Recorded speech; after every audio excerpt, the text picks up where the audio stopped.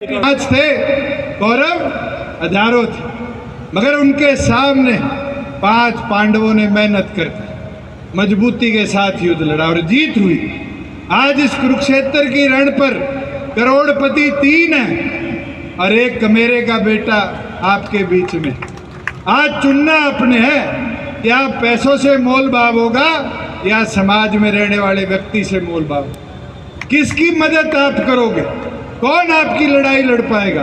कौन इस युद्ध को मजबूती से 5 साल तक कुरुक्षेत्र की आवाज बनकर आगे ले जा पाएगा?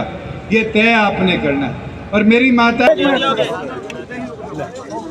मैंने नया तरीका ढूंढ लिया, दिखे भी ना और लगे। मैं पहले तो कैथल की जनता का आभार प्रकट करता हूं कि हमारे कुरुक्षेत्र लोकसभा के प्रत्याशी पालाराम सैनी के पक्ष में ऐतिहासिक स्वरूप से लोगों ने जो जन समर्थन दिया है, एक चीज़ तो विश्वास के साथ कह सकता हूँ कि एक इतिहास रचा जाएगा।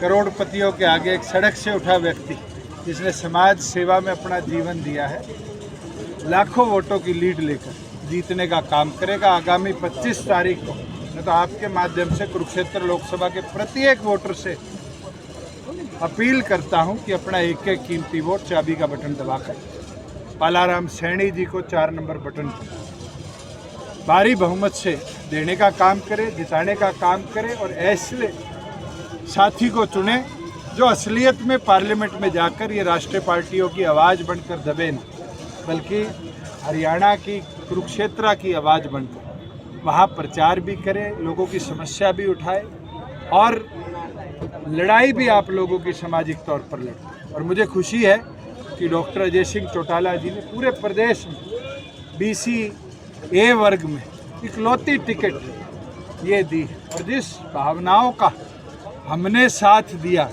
कि हरियाणा प्रदेश के अंदर पंचायती राज में BC A को 8% रिजर्वेशन दी, आज उसी चीज़ को हमने अपनी लोकसभा के टिकट बंटवारे में भी लाने का काम किया। और मुझे लगता है जनता का भरपूर समर्थन इस चीज़ पर, खास तौर पर अति पिछड़े का, जो बढ़ चढ़कर अपना सहयोग देने के लिए आज पालाराम सैनी के साथ जुड़ रहा है। और मैं मानता हूं कि आज इनके सामने तीनों कैंडिडेट ऐसे हैं जो इतिहास के अंदर भी और आज भी केवल मात्र इसी सोच के साथ लड़ रहे हैं कि पैसे से चुनाव जीता जाए।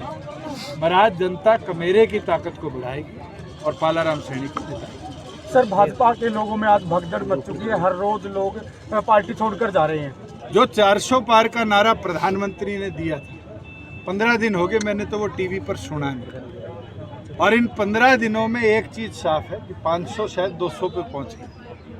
और आगे क्या होगा अगले 3 फेज ऑफ पोलिंग के अंदर, ये तो जनता बताएगी। मगर ये चीज़ साफ है कि भगदड़ जिस तरीके से मची हुई है, मुझे लगता है कि लोकसभा और लोकसभा के बाद और बुरा हाल भारतीय जनता पार्टी में। दादा गौतम आए थे, भाजपा की भाषा बोल रहे थे, मेरे आगे बोले फिर पूछूंगा। दुष्यंत जी, बीजेपी की वजह से जेजेपी का विरोध हो रहा है, अब की बार भी बीजेपी के साथ अलायंस करेगी? मैं तो ये बोल सकता हूँ, हमने प्रदेश को स्थिर सरकार देने के लिए अलायंस की 4.5 साल स्थिर दी, हमें तो 2 महीने हुए हैं।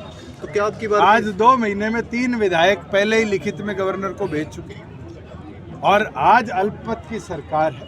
हम तो गवर्नर से मांग करते हैं महामहिम फ्लोर टेस्ट जल्द करवाएं और इस सरकार को हटाकर राष्ट्रपति शासन लगाया जाए और चुनाव प्रदेश में कराए। अभय सिंह कह रहे हैं मैं तीनों का इलाज बांधने आया हूँ। अरे उनने पूरी जिंदगी इलाज ही बांधा है और बांधते बांधते वो इनेलो का इस चुनाव में इलाज बांध देंगे कि चश्मा भी छिन जाए। नवीन जिंदल 5 लाख वोटों से जीत की बात कर रहे हैं। संपर्क में तो मैं उनके हूँ, फोन पे तो मेरी भी बात हो जाती है।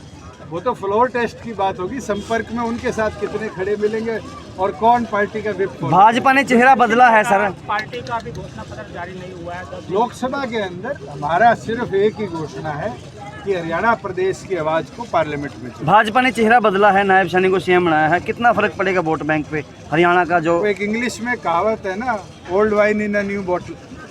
आज मुझे लगता है जनता समझ चुकी है कि नायब सैनी जी सिर्फ नई बोतल है, उसके अंदर तो सारा कार्य जो है वो मनोहर लाल जी कर रहे हैं और धीरे धीरे जनता समझ भी रही है। और आपने देखा होगा मैं तो करनाल की बता सकता हूँ आपको कि पिछले 5 दिनों में पहले मनोहर लाल जी और नायब सैनी इकट्ठे घुमा करते थे, अब तो दोनों ने रास्ते अलग कर लिए। मुझे लगता है सैनी जी को भी पता चल गया कि कहीं मनोहर लाल जी को साथ लेके चलेंगे तो करनाल शहर के अंदर वोटों की कटौती ना हो। दूसरी कितनी सीटों पर जीतने का अनुमान है जजपा का, और जीतने के बाद किसे आप अपना समर्थन? मैं तो जैसे मैंने पार्लियामेंट में काम किया और पार्लियामेंट के अंदर हरियाणा की आवाज़ बनकर कांग्रेस हो बीजेपी हो दोनों के विरुद्ध में काम किया। हमारा सांसद चुना जाएगा तो वो हरियाणा की आवाज़ बने और हरियाणा की आवाज़ बनकर पार्लियामेंट में हरियाणा के हितों की रक्षा करें। बीजेपी ने जिस मनोहर लाल खट्टर को हटाया था, अब पार्टी के प्रचार प्रसार के लिए वही चीफ गेस्ट है बीजेपी की तरफ से। वो तो बीजेपी बताए,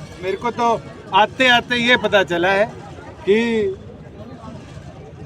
होम मिनिस्टर की सभाएं रखी हुई थी और वो अब कैंसिल कर दी गई, तो मुझे लगता है रुझान आने शुरू हो गए। दुष्यंत जी, जब आप सरकार में थे तब दबाव महसूस करते थे और वहाँ से आजाद होके अब उठते पंछी ना तो मैं जब दबाव में था ना आज दबाव में हूँ। काम किया था, धड़ल्ले से किया था और आज भी बड़े मजबूती के साथ प्रचार में जुटे।